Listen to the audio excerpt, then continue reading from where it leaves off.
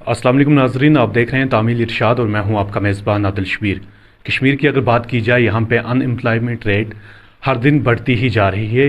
हाल ही में एक रिपोर्ट के मुताबिक कश्मीर दूसरे नंबर पे बताया गया है। यहाँ पे जो यूथ है, पढ़ने के बाद भी उनको कहीं ना कहीं जो नौकरी है, कहीं ना कहीं जो जॉब है, उससे दूर ही देखने को मिलता है। उसकी एक वजह यह भी शायद हो सकती है कि कहीं एग्ज़ाम्स यहाँ पे हुए और उसके बाद उन एग्ज़ाम्स का नताइज ही नहीं निकला, या फिर एग्ज़ाम्स को कुछ मसलों के बिना पर एग्ज़ाम्स ही ख़त्म कर दिए गए। लेकिन कुछ ऐसे भी होते हैं जो इंडिपेंडेंट रहना चाहते हैं, कुछ ऐसा काम करना चाहते हैं लोगों के लिए, और अपना वक्त और अपनी तालीम लोगों के लिए इस्तेमाल करना चाहते हैं ताकि लोगों को उसका फ़ायदा पहुंच सके। ऐसा ही कुछ किया है जो हमारे साथ इस वक्त मौजूद हैं, साइमा जी बैठे हुए हैं। ऐसा ही कुछ कारनामा इन्होंने किया है। ये पहली लड़की ऐसे हैं जिन्होंने तहसील बोनियार में किंडरगार्टन स्कूल खोला। उसके साथ से पहली लड़की बन चुके हैं उड़ी और बोनियार तहसील की, जिन्होंने स्कूल खोला यहाँ पे किंडरगार्टन के नाम पे। अगर स्कूल की बात की जाए, स्कूल का नाम इन्होंने रखा है बिजी बी स्कूल।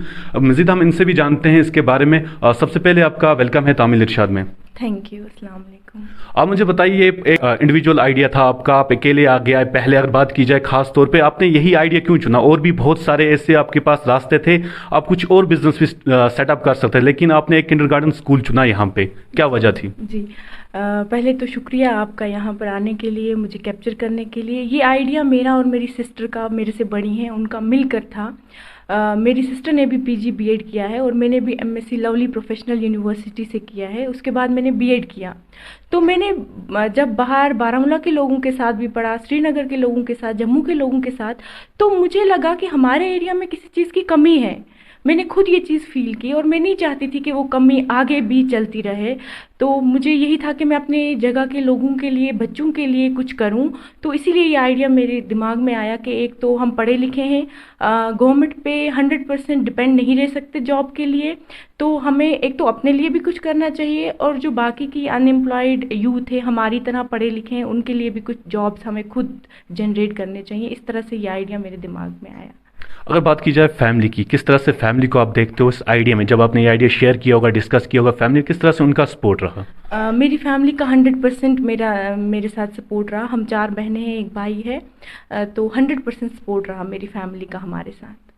अगर बात की जाए जॉब्स की लेके, क्या आपने कभी जॉब के लिए ट्राई किया? क्योंकि बहुत सारी जॉब्स हैं, और जो आपने किंडरगार्टन खोला है, शायद इससे बेहतर होता कि अगर आप एक प्राइवेट स्कूल्स खोलते, उसमें पैसे के लिहाज से भी आप ज़्यादा कमा सकते थे, और साथ में बच्चों को तो वहाँ पे भी तालीम आप दे सकते थे। इसमें क्या वजह है? इसमें यही वजह है, पहले तो मैं क्लियर हूँ अपने गोल्स में कि मुझे ये स्कूल जो है ये बिज़नेस की तरह नहीं देखना है, मुझे लोगों की वेलफेयर के लिए कुछ करना है। तो इसीलिए मुझे ये है कि मैं अपने बच्चों के, यहाँ पे जो आसपास के बच्चे हैं, बोनियार के बच्चे हैं, मैं उनकी बेस को स्ट्रॉन्ग बनाऊँ, ताकि वो कहीं भी जाएँ, कल को किसी भी बड़े स्कूल में जाएँ तो उनको वो जो है एक इनसिक्योरिटी फैक्टर फील ना हो। तो ये जो है मेरा ये बिज़नेस के लिए मैंने नहीं खोला है। मैंने अपने जो अवाम है, जो बोनियार के आसपास के लोग हैं, बोनियार के लोग हैं, उनके लिए खोला है, उनकी वेलफेयर के लिए खोला है। कहीं ऐसे भी प्राइवेट स्कूल्स हैं जहाँ पे बेसिक एजुकेशन दी जाती है, वहाँ पे भी इस एज के बच्चों को लिया जाता है, चाहे 3 साल की बात की जाए, 4 साल, 5 साल, कुछ वो नर्सरी या एलकेजी वगैरह, वहाँ पे भी ऐसे क्लासेस होते हैं, तो वहाँ पे भी तो ये एजुकेशन मिलती है। जी, तो पहले मैं आपको ये बताना चाहती हूँ कि प्ले स्कूल्स का जो कंसेप्ट है ये बाकी स्कूल से बहुत डिफरेंट है। जैसे हम अगर बड़े स्कूल्स को भी कंपेयर करें या बाकी प्राइवेट स्कूल्स को कंपेयर करें, तो अगर हम नर्सरी या एलकेजी का बच्चा देखेंगे तो उनको ए फॉर एप्पल सिखाया जाता है, दिखाया जाता है बुक्स में। लेकिन प्ले स्कूल में क्या है कि जब हमने बच्चे को ए फॉर एप्पल बताया तो हमने बच्चे के हाथ में एप्पल डाल दिया, दिखाया, उस बच्चे ने उस एप्पल को फील किया, तो उसकी जो कॉग्निटिव नॉलेज है या कॉग्निटिव पावर जो है माइंड का, तो वो डेवलप हो गया। उसने जब हाथ में उस चीज़ को फील किया। तो प्ले स्कूल में क्या है कि थ्योरेटिकल चीज़ के साथ साथ हम बच्चे को प्रैक्टिकल नॉलेज भी देते हैं, हमारे पास इतना टाइम है। और प्राइवेट स्कूल जहाँ पे आप सही कह रहे हैं, बाकी स्कूल्स में भी नर्सरी, एलकेजी, यूकेजी होता है, लेकिन टाइम पीरियड जो है एक क्लास का लिमिटेड होता है, और यहाँ पर वैसा नहीं है। यहाँ पर प्ले के साथ साथ एजुकेशन दी जाती है, ये फ़र्क है।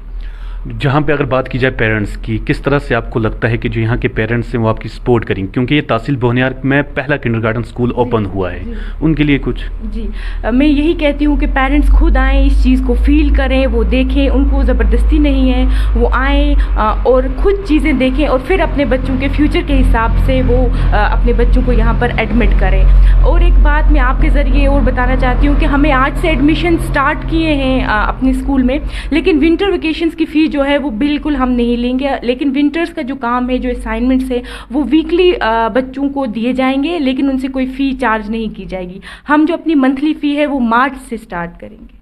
अगर बात की जाए बच्चों की लेकर, क्या कुछ वहाँ पे उनका एज क्राइटेरिया होगा या बाकी चीज़ें अगर देखी जाएं, वो आप किस तरह से देखते हैं? जी, हमारे यहाँ पे जो बच्चों का एज क्राइटेरिया है वो 2.5 साल से है। 2.5 साल का बच्चा जो है वो हम प्ले ग्रुप में लेंगे, तो उसके बाद नर्सरी, एलकेजी और यूकेजी, किंडरगार्टन क्लासेस तक हमारा स्कूल जो है।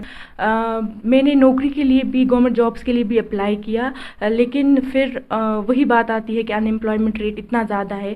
तो उसके बाद मैंने सोचा कि क्यों ना मैं अपनी जगह के लोगों के लिए, उनकी वेलफेयर के लिए, उनकी डेवलपमेंट के लिए कुछ करूं, तो ये इसीलिए मैंने खोला। ये थे हमारे साथ साइमा जी, बात कर रहे थे, जिन्होंने एमएससी के साथ साथ बीएड भी किया है। इनके मुताबिक कई बार इन्होंने नौकरी के लिए भी अप्लाई किया, लेकिन नौकरी ना मिलने की वजह से लास्ट पे इन्होंने यही फैसला लिया कि क्यों ना मैं उड़ी और बोनियार के लोगों के लिए कुछ ऐसा काम करूं जिससे उड़ी और बोनियार तहसील के लोगों को फ़ायदा पहुंचे, खासतौर पर बोनियार एरिया में। इस वक्त बोनियार तहसील में ही इन्होंने किंडरगार्टन स्कूल खोला हुआ है।